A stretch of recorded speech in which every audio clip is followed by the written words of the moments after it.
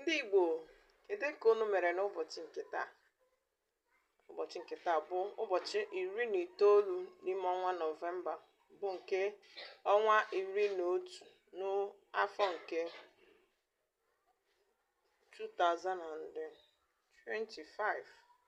Ngwa anyị ewetakwala unu ọmụmụ asụsụ Igbo anyị nke ụbọchị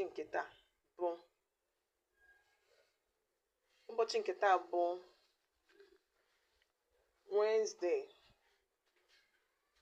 nke izu ụka.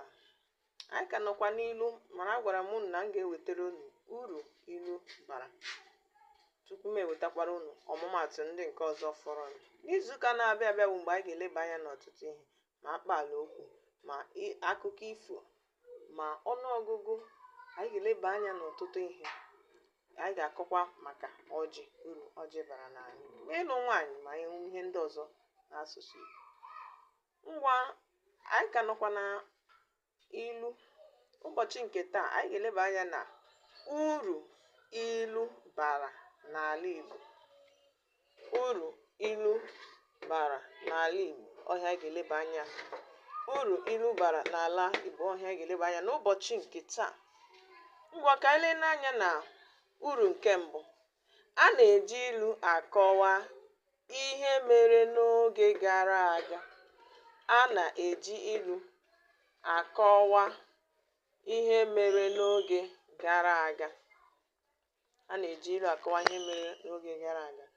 Nke a bụ nke doro anya n'eziokwu na ndị Igbo mere ka ọ bụrụ na a na-akọwa ihe mere oge gara aga, enwere ike iji ilu tụọrọ ya, anyị amata ihe mere n'oge gara aga.